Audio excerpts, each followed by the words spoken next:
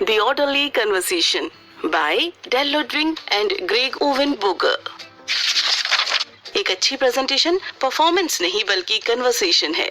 आप सबने अपनी लाइफ में कभी न कभी ऑडियंस के सामने खड़े होकर प्रेजेंटेशन तो दिया ही होगा, फिर चाहे वो आपने कॉलेज में नंबर लाने के लिए दिया हो या जॉब में बॉस को इम्प्रेस करने के लिए। इसीलिए आप सभी को ये एहसास होगा कि इतने लोगों के सामने खड़े होकर अपनी बात रखना और सबका इंटरेस्ट और अटेंशन बनाए रखना कितना मुश्किल होता है।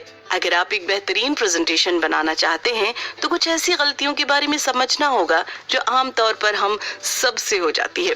द ऑर्डरली कन्वर्सेशन के अध्याय आपको इन्हीं गलतियों और प्रेजेंटेशन डिलीवरी की बारीकियों के बारे में बताएंगे। इसे पढ़कर आप समझ जाएंगे कि एक अच्छे प्रेजेंटेशन के लिए आपको क्या करना है और क्या नहीं करना है। अपनी लाइफ में किसी न किसी पॉइंट पर हम सब ने खुद को ऑडियंस के सामने खड़े होकर प्रेजेंटेशन देते हुए पाया है, लेकिन चाहे एक सेल्स प्रेजेंटेशन हो, प्रोजेक्ट इंटरव्यू हो या फिर कॉलेज असाइनमेंट, एक प्रेजेंटेशन और परफॉर्मेंस में बहुत बड़ा अंतर है। परफॉर्मेंस एक स्पीच की तरह होती है जिसकी स्क्रिप्ट तैयार की जा सकती है, जिसकी रिहर्सल की जा सकती है और जिसका कंट्रोल पूरी तरह से परफॉर्मर के हाथ में होता है। जैसे जब एक एक्टर स्टेज पर परफॉर्म करता है तो वो खुद को पूरी तरह से रियल वर्ल्ड से अलग कर अपने किरदार में घुस जाता है। उसकी परफॉर्मेंस उसके हाथ में होती है, उसमें ऑडियंस को देखने के अलावा कोई रोल नहीं होता। इसीलिए चाहे सीन में कुछ भी दिखाया जाए, ऑडियंस को उसमें कोई प्रॉब्लम नहीं होती। इसी तरह जब कोई स्पीच देता है तब भी ऑडियंस को पता होता है कि ये सारी बातें स्क्रिप्टेड हैं, जबकि प्रेजेंटेशन इन सब से काफी अलग है, क्योंकि यहाँ प्रेजेंटर और उसकी ऑडियंस के बीच थॉट्स का एक्सचेंज लगातार चलता रहता है। एक प्रेजेंटेशन में जान फूंकने के लिए ये एक्सचेंज जरूरी भी है, क्योंकि इसी से ऑडियंस का इंटरेस्ट बना रहता है और एक सीखने समझने का माहौल क्रिएट होता है।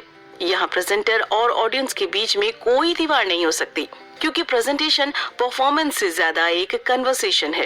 लेकिन ये किसी भी आम कन्वर्सेशन की तरह नहीं है, ये एक ऑर्डरली कन्वर्सेशन है, क्योंकि एक नॉर्मल कन्वर्सेशन आसानी से टॉपिक से भटक सकती है। अगर आप चाहते हैं कि आपकी कन्वर्सेशन टॉपिक से ना भटके और इसके रिजल्ट भी प्रोडक्टिव हो, तो आपको इसे एक ऑर्गेनाइज्ड फ्रेमवर्क देना होगा। अपनी प्रेजेंटेशन को ऑर्गेनाइज्ड रखने के साथ साथ उसका फ्लो बनाए रखना है। थोड़ा सा ट्रिकी हो सकता है। प्रेजेंटेशन देते समय प्रेजेंटर को अपने माइंड में अपना फ्रेमवर्क याद रखने के साथ साथ ऑडियंस के सवालों का जवाब देने के लिए भी तैयार रहना पड़ता है। आइए आगे के चैप्टर में देखते हैं कि आप एक अच्छे प्रेजेंटर कैसे बन सकते हैं। स्कूलों में सिखाए गए प्रेजेंटेशन के पुराने तरीके आपको गलत आदतों में डाल सकते हैं। याद है स्कूल के वो दिन जब टीचर हमें एक अच्छा प्रेजेंटेशन देना सिखाया करती थी? आपको याद है कि तब आपके प्रेजेंटेशन को कैसे जज किया जाता था? आमतौर पर स्कूलों में एक सेट क्राइटेरिया को फॉलो करते हुए प्रेजेंटेशन देना सिखाया जाता है और उसका इवैल्यूएशन भी उसी के हिसाब से किया जाता है। जैसे बच्चों ने कैसे प्रेजेंटेशन दिया वो इस बात पर डिपेंड करता है कि उनकी वॉइस टोन कैसी थी, ऑडियंस के बीच आई कांटेक्ट कितना था, स्पीड और डिक्शन कैसी थी। ये क्राइटेरिया एक चेकलिस्ट की तरह है ताकि टीचर्स हर स्टूडेंट को फेयर मार्क्स दे सकें। पर इस तरीके के अपने ही कुछ नुकसान हैं, क्योंकि ये क्राइटेरिया जाने अनजाने में हमारे दिमाग में प्रेजेंटेशन के गोल्डन रूल्स की तरह बैठ जाते हैं, जबकि असल में ये क्राइटेरिया इसीलिए बनाए गए हैं ताकि आप इसके हिसाब से अपनी तैयारी कर सकें। ऑडियंस तक आपका मैसेज गया या नहीं गया, इसका इस क्राइटेरिया से कोई लेना देना नहीं। स्कूल में सिखाए गए प्रेजेंटेशन के इस अप्रोच से 3 तरह के इनएफिशिएंट प्रेजेंटर बनते हैं। पहला एक आज्ञाकारी स्टूडेंट, दूसरा एक एंटरटेनर और तीसरा एक नर्वस परफेक्शनिस्ट। एक आज्ञाकारी स्टूडेंट टाइप का प्रेजेंटर अपने पुराने प्रेजेंटेशन के तरीके पर कुछ ज्यादा ही फोकस्ड रहता है। इसके कारण उसका ध्यान केवल इसी बात पर रहता है कि उसका प्रेजेंटेशन कैसा लग रहा है। वो इस बात की फिक्र करना भूल ही जाता है कि उसके प्रेजेंटेशन का इम्पैक्ट क्या होगा। अपने रूल्स पर टिके रहने के चक्कर में वो खुद को प्रेजेंट मोमेंट से कनेक्ट नहीं कर पाता। वहीं एक एंटरटेनर काफी अच्छी तरह से अपनी वॉइस और बॉडी लैंग्वेज को कंट्रोल कर लेता है। तो बिल्कुल आराम से बिना डरे घर जैसा फील लेकर ऑडियंस के सामने प्रेजेंट करता है। लेकिन इसके साथ भी एक प्रॉब्लम है, कई बार ये प्रेजेंटेशन को एंटरटेनिंग बनाने के चक्कर में असल टॉपिक से भटक जाते हैं, जिसके कारण इनका असल मैसेज ऑडियंस तक नहीं पहुंच पाता। और आखिरकार एक नर्वस परफेक्शनिस्ट जो अपनी प्रेजेंटेशन को बेहतर बनाने के लिए जी जान से रिहर्सल करता है, सब कुछ रटता है ताकि कोई गड़बड़ ना हो। स्टेज पर जाते ही वो अपने रटे रटाए तरीके से प्रेजेंटेशन कुछ ऐसे स्टार्ट करता है कि ऑडियंस उसे ज्वाइन ही नहीं कर पाती। अगर गलती से बीच में किसी ने कोई सवाल पूछ लिया तो जो कि लाजमी है कि उसका सारा फ्लो बिगड़ जाता है और वो इतनी तैयारी के बाद भी नर्वस महसूस करने लगता है। तो चाहे आपके स्कूल में जो कुछ सिखाया गया हो, लेकिन प्रेजेंटेशन इस बात पर डिपेंड नहीं करता कि आप कैसा साउंड करते हैं या कैसे दिखते हैं, बल्कि इस बात पर डिपेंड करता है कि आप अपने सारे डर और घबराहट को साइड पर रखकर ऑडियंस को कन्वर्सेशन के स्टेट में कैसे लेकर आते हैं। आगे वाले चैप्टर में हम इसी हुनर को सीखेंगे। चैप्टर 3, आई कांटेक्ट और इंटेंशनल पोज देकर आप ऑडियंस का ध्यान अपनी ओर खींच सकते हैं। सोचिए आप स्टेज पर प्रेजेंटेशन दे रहे हो और अचानक नर्वस हो गए, आपके हाथ पैर फूलने लगे और दिल की धड़कनें बढ़ने लगे। ऐसे में आपकी आवाज का कांपना और आपके शब्दों में हेर फेर हो जाना तो लाजमी है। ऐसे में खुद को संभालने के लिए अगर आप खुद पर फोकस करते हैं तो आप सिचुएशन को और खराब कर लेंगे। खुद पर फोकस करना यानी और नर्वस होना, जिसके कारण ऑडियंस से आपका कनेक्ट टूट जाएगा और आप उन्हें इम्प्रेस नहीं कर पाएंगे। हमें बचपन से ही फोकस करना सिखाया जाता है, इसीलिए प्रेजेंटेशन देते समय ये होना बहुत आम सी बात है कि आप ऑडियंस को बोलकर खुद में ही खो जाएं। लेकिन दुर्भाग्य की बात यह है कि आप खुद के बारे में जितना सोचेंगे आपके नर्वस होने के चांसेस उतने ज्यादा हैं। लेखक ने इसे मेले में लगने वाले शीशे के घर की तरह बताया है। वहाँ लगे टेढ़े मेढ़े शीशों को ध्यान से देखते रहने पर हमारा दिमाग खराब हो जाता है और सर घूमने लगता है। धीरे धीरे कंडीशन इतनी बिगड़ जाती है कि हम अपने पैरों पर भी खड़े नहीं हो पाते। जिस तरह शीशे पर फोकस करने से हमारा दिमाग डिसओरिएंट हो जाता है, उसी तरह खुद पर फोकस करने से हमारा फ्लो बिगड़ जाता है और हम अपनी बातों और ऑडियंस के रिएक्शन पर से अपना कंट्रोल खो देते हैं। तो आप खुद को इस सिचुएशन से बाहर कैसे निकालें? इसका जवाब है ऑडियंस के साथ आई कांटेक्ट करके। जब भी आप प्रेजेंटेशन स्टार्ट करें तो बस इतना याद रखें कि आपको ऑडियंस में बैठे लोगों के साथ आई कांटेक्ट करना है। आई कांटेक्ट बनाकर उन्हें अपनी बात कुछ इस तरह समझानी है जैसे आप एक नॉर्मल 1-to-1 कन्वर्सेशन में समझते हैं। आपका पूरा ध्यान सामने वाले के रिएक्शन पर होना चाहिए। इससे एक तो आप नर्वस महसूस नहीं करेंगे और साथ ही आप ऑडियंस को अपने साथ एंगेज करने में कामयाब हो जाएंगे। आई कांटेक्ट के साथ ऑडियंस का इंटरेस्ट बनाए रखने के लिए आपको पॉज का भी ध्यान रखना होगा। जिस तरह आई कांटेक्ट आपको लोगों के साथ कनेक्ट करता है, उसी तरह पॉज लेने से आपको अपनी थॉट को इकट्ठा करके वापस ट्रैक पर आने का टाइम मिल जाता है ताकि आप प्रेजेंटेशन को फ्रेमवर्क के हिसाब से डायरेक्शन दे सकें। तो अगर आपको लगे कि आपकी ऑडियंस आपके साथ कनेक्ट नहीं हो पाई है तो कुछ पल रुकिए और सोचिए कि आप क्या मैसेज ऑडियंस तक पहुंचाना चाहते हैं और उसे कैसे पहुंचा सकते हैं। अपने प्रेजेंटेशन के गोल और अपनी ऑडियंस के बारे में पूरी नॉलेज होना एक अच्छे प्रेजेंटेशन के लिए बहुत जरूरी है। अगर आप भी उन ज्यादातर लोगों में से हैं, तो ऑडियंस क्या आपको खुद भी अपनी प्रेजेंटेशन का एक भी शब्द कुछ दिन बाद याद नहीं रहेगा। ये लगभग हर किसी के साथ होता है। ऐसी सिचुएशन का जिम्मेदार प्रेजेंटर होता है, न कि ऑडियंस। एक यूजलेस प्रेजेंटेशन बनाने से बचने के लिए अपनी ऑडियंस को और अपने प्रेजेंटेशन के गोल को अच्छे से समझ लें।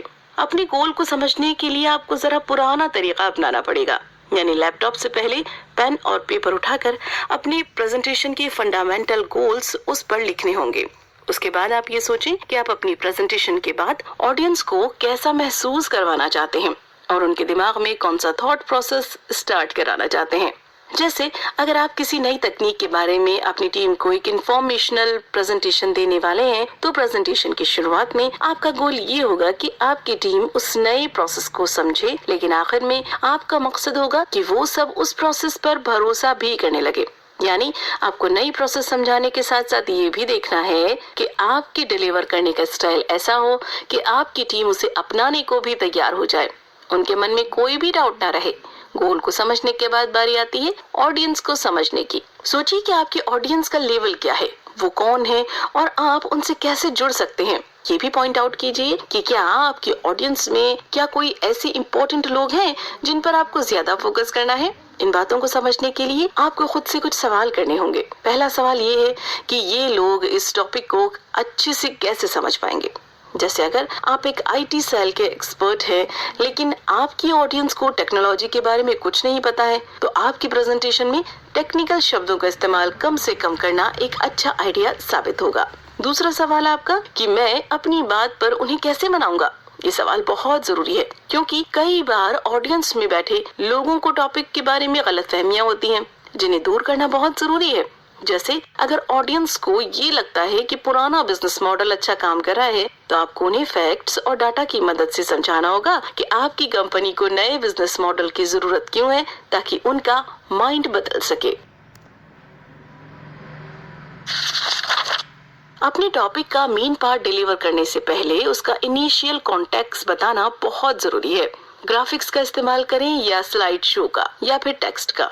इस सवाल का जवाब ढूंढकर अपनी प्रेजेंटेशन को स्टार्ट करना बहुत मुश्किल होता है। इस प्रॉब्लम से निपटने के लिए आप अपनी प्रेजेंटेशन में विजुअल कंपोनेंट का इस्तेमाल करें ताकि आप एक टॉपिक को दूसरे से रिलेट कर सकें। स्लाइड बनाते समय आप पहले topic to topic images paste कर लें, फिर उनसे जुड़े फैक्ट्स और इन्फॉर्मेशन इकट्ठी कर उन्हें प्रॉपर ऑर्डर में लाना आसान हो जाता है। आपकी प्रेजेंटेशन ऐसी होनी चाहिए कि ऑडियंस पहली स्लाइड से ही आपके साथ जुड़ जाए। अपनी प्रेजेंटेशन को फ्रेम करते समय ये ध्यान रखें कि सबसे पहले आपको अपनी ऑडियंस को ये समझाना होगा कि वो आज यहाँ क्यों आए हैं।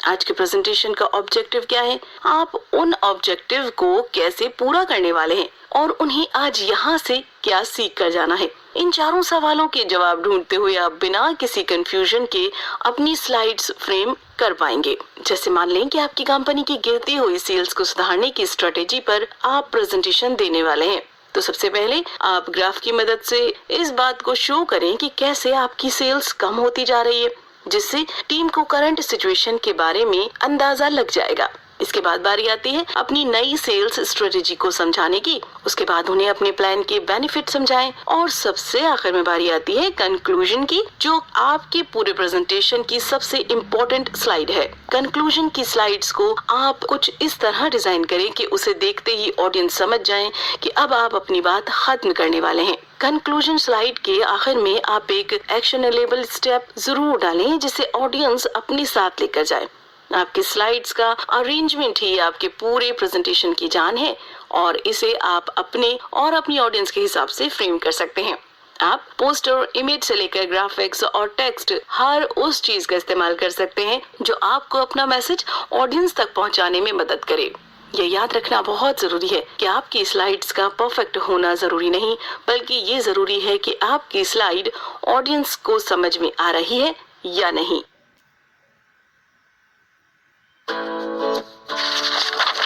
कुल मिलाकर बात जब प्रेजेंटेशन देने की हो तो इसका कोई परफेक्ट रूल नहीं है। किसी अच्छे कन्वर्सेशन की तरह प्रेजेंटेशन भी लाइफ का एक मोमेंट है।